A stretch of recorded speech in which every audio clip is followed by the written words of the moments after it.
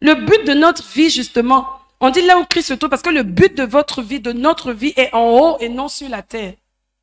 Le but de notre vie est en haut. Les objectifs que Dieu veut là, ce sont des objectifs divins. Ce n'est pas une voiture, une maison, un mariage, toutes ces choses-là. Ça, c'est ce qui suit dans le naturel. Mais les objectifs sont divins. Et les objectifs doivent être atteints. Des personnes doivent naître de nouveau au travers de nous. Les vies doivent être changées, les gens doivent être guéris. Les gens doivent croire que Dieu est capable de changer, de restaurer par nos vies, par notre témoignage personnel. Et c'est pour ça que chacun de nous doit avoir l'humilité de se soumettre à la conduite du Saint-Esprit.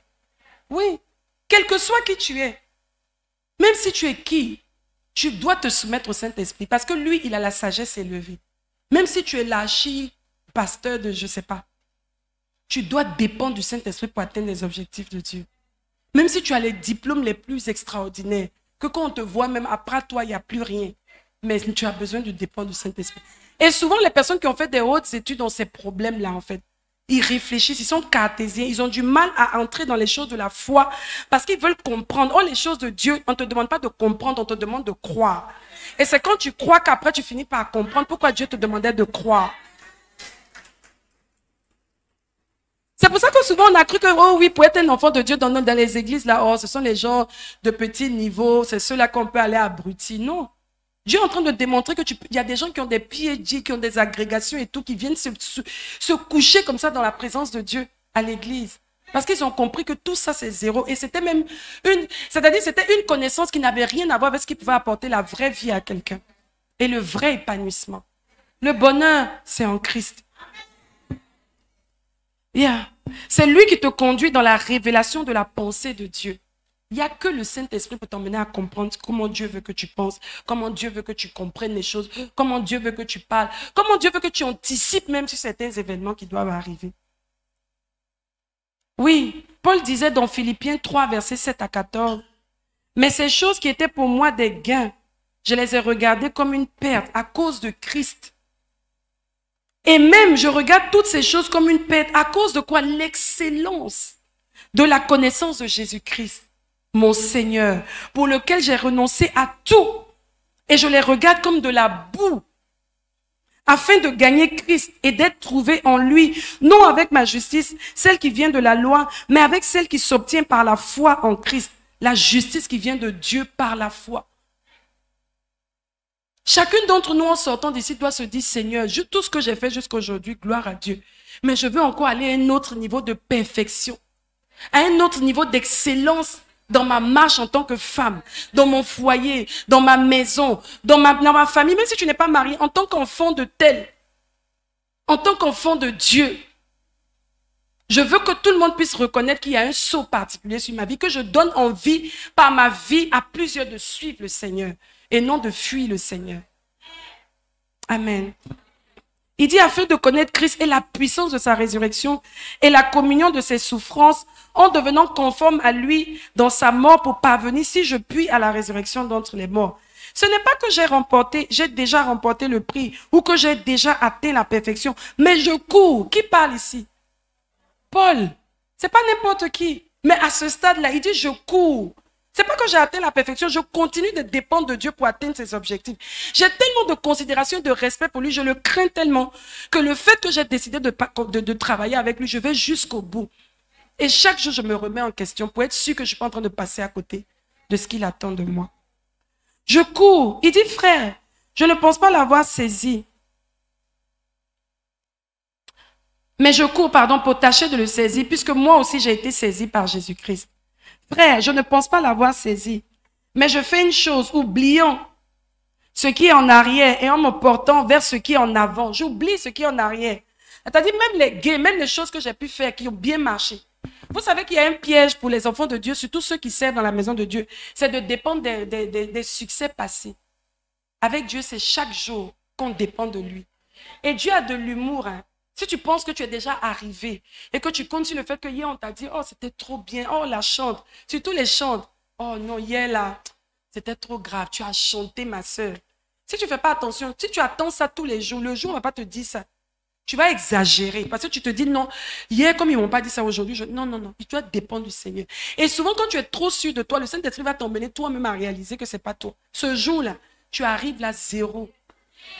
tu chantes, tout le monde te regarde comme ça. Parce que le Saint-Esprit va te démontrer que ce n'est pas toi. Et donc, chaque jour, tu dois dépendre de lui pour chaque ministère, pour chaque tâche que tu as accomplie, que ce soit dans l'église ou ailleurs. Tu dois dépendre du Seigneur. Je cours vers le but pour remporter le prix de la vocation céleste de Dieu en Jésus-Christ. La croissance donc de chacun d'entre nous vient de la nutrition de la parole.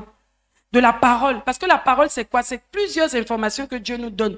Des choses à faire, des choses à ne pas faire, des exemples à suivre, des exemples à ne pas suivre, des promesses qui nous attendent et des instructions qu'il nous donne par rapport à ces choses que nous devons accomplir. C'est comme si tu vas à l'hôpital. Il y a des prescriptions. Quand les gens vont à l'hôpital, je ne sais pas s'il y a un moment où les gens sont aussi sérieux dans leur vie.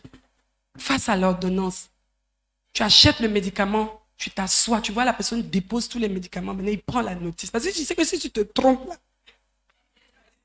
il peut avoir des dégâts. Tu vas, tu dis non, attends, je vais prendre le médicament, je ne vais pas me tromper. C'est comme ça qu'on doit prendre la parole de Dieu au sérieux. Parce que dedans, ici, là, c'est des ordonnances qu'on nous donne.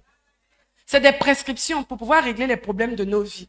Mais on nous donne les prescriptions, on ne veut pas. C'est nous qui voulons choisir. Non, Seigneur, je ne veux pas ça là, moi, je veux que tu règles ça autrement.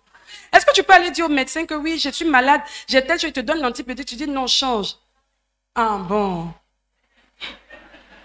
Jamais. Jamais. Mais c'est dans le Seigneur qu'on veut discuter. Non, je prends une partie. Non, ça c'est trop dur. Non. Il te dit, tu prends les antibiotiques et tu prendras les antibiotiques. Parce que comme tu sais que tu ne prends pas, quand ça va chauffer, tu seras obligé d'aller prendre. C'est comme ça. Pourquoi il faut attendre toujours qu'il y ait des situations difficiles et terribles pour que nous puissions accepter de faire ce que Dieu nous demande?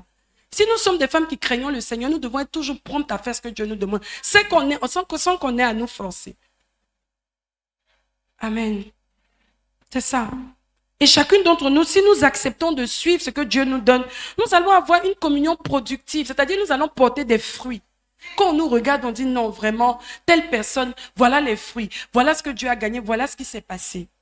Oui, parce que tout ce qui est dans la parole a été inspiré de Dieu. La Bible dit que toute écriture, dans 2 Timothée 3, verset 16, toute écriture inspirée de Dieu est utile pour enseigner, pour convaincre, pour corriger et pour instruire dans la justice. Donc tout ce qui est dans la parole de Dieu, là, c'est pour nous, ça nous sert. Même si c'est un mauvais exemple, ça nous sert pour ne pas qu'on fasse la même chose. Amen. Et donc, chacun d'entre nous doit se résoudre à ça. Prendre l'engagement de lire la parole de Dieu. Dis à ta voisine, je dois lire la parole. Aujourd'hui, c'est devenu non, oh, la parole de Dieu, oui, moi je connais, non. Chaque jour, tu dois lire la parole. Tu dois lire la parole. Dis, je dois lire la parole. C'est une discipline personnelle et quotidienne. Je dois lire la parole. Parce que je suis engagée vis-à-vis d'un Dieu. Je le considère, je le respecte. Donc, je veux faire tout ce qui lui plaît. Et comment je vais savoir ce qui est bon, ce qui n'est pas bon, si je ne connais pas sa pensée, sa volonté? C'est dans la parole. Écoutez les messages. S'il y a des messages qui vous impactent, vous devez les réécouter. Réécoutez des messages, écoutez. C'est-à-dire vraiment, si vous avez des notes reparties dans vos notes. Tel jour, le Seigneur m'avait donné telle instruction. Où j'en suis par rapport à ça? Méditez. Méditer la parole, ce n'est pas le fait de lire la Bible et puis dire, ok, je mémorise le verset, quelle était la leçon, quel était ceci, non. C'est Seigneur, simplement, comment est-ce que tu veux que maintenant, là, à partir de cette connaissance-là, je puisse vivre différemment? Moi, mon portable, par exemple, il y a des choses, il y a des fonctionnalités, il y a des applications, il y a des choses dans mon téléphone que je ne maîtrise pas. Mais tant que je ne les connais pas, je ne peux pas utiliser le téléphone à son maximum. J'utilise juste une partie. Donc, si je connais des choses, chaque fois que je suis en méditation, c'est Seigneur, qu'est-ce que tu veux ajouter dans ma vie? Parce que le jour où je connais, par exemple, une fonctionnalité de mon téléphone, ma vie ne peut plus jamais être la même. Le jour où j'ai découvert que de mon téléphone, je pouvais connecter ça à la voiture, ça a changé ma vie. Je ne suis plus au téléphone comme ça, les policiers vont me truquer, tout ça. C'est vrai que je ne vous encourage pas à être au téléphone. Mais quand il y a des urgences, je peux prendre mon téléphone sans que ça ne perturbe ma conduite parce que ça sonne à l'intérieur. Mais ça change ma vie. Toute connaissance nouvelle que tu as dans ta vie, ça change ta vie. C'est comme ça. C'est comme ça la vie. Chaque fois que tu as quelque chose de nouveau, ça vient, tu ne peux plus vivre comme si tu ne connaissais pas. Ça change ta vie. C'est pour ça que la méditation, c'est le fait d'être en confrontation avec la parole. Voilà ce que je viens d'apprendre que la parole me dit. Ok, dans ce cas-là, je fais quoi? On dit qu'on doit faire comme ça, mais qu'est-ce que Dieu me demande? On dit qu'on doit se soumettre. Qu'est-ce que Dieu me demande?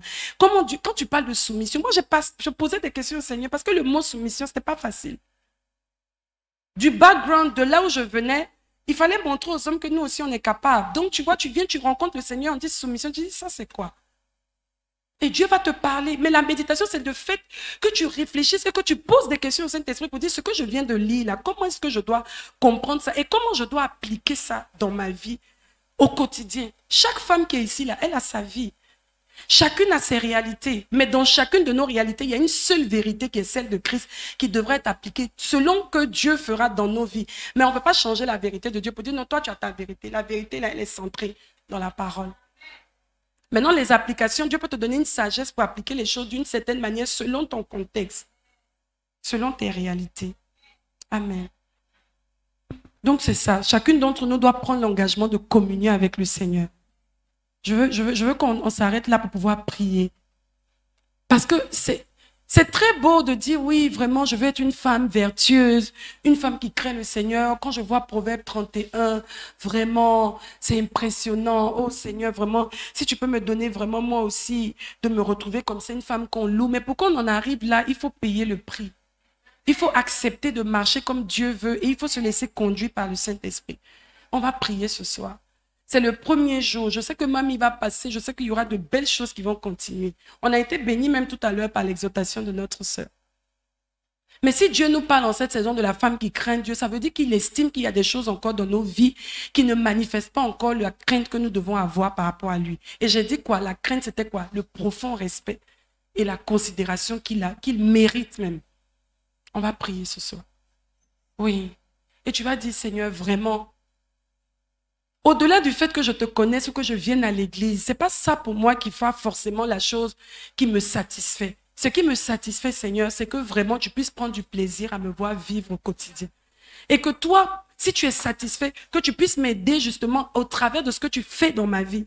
Ce que tu accomplis comme œuvre dans ma vie, que tu m'emmènes moi aussi à être justement un instrument de gloire pour toi, un vase d'honneur dont tu pourras te servir pour l'avancement de ton œuvre. Que ma famille, que tous ceux qui sont autour de moi qui me rencontrent puissent vraiment témoigner que la crainte de Dieu, la considération que j'ai pour Dieu m'emmène à avoir une vie distinguée, une vie particulière. Ce n'est pas les biens matériels, mais c'est la vertu à l'intérieur de nous qui emmène tout le monde autour de nous à reconnaître que le changement s'est opéré depuis que nous t'avons rencontré, Seigneur Jésus. Merci, Seigneur, pour nos vies. Nous sommes au devant de ton trône, Seigneur, pendant toute cette conférence, parce que nous voulons te voir à l'œuvre dans nos vies. Nous ne voulons pas vivre une vie infructueuse, une vie qui n'a pas de résultats, qui n'a pas de produits, qui n'a pas de fruits, mais une vie qui porte des fruits, une vie qui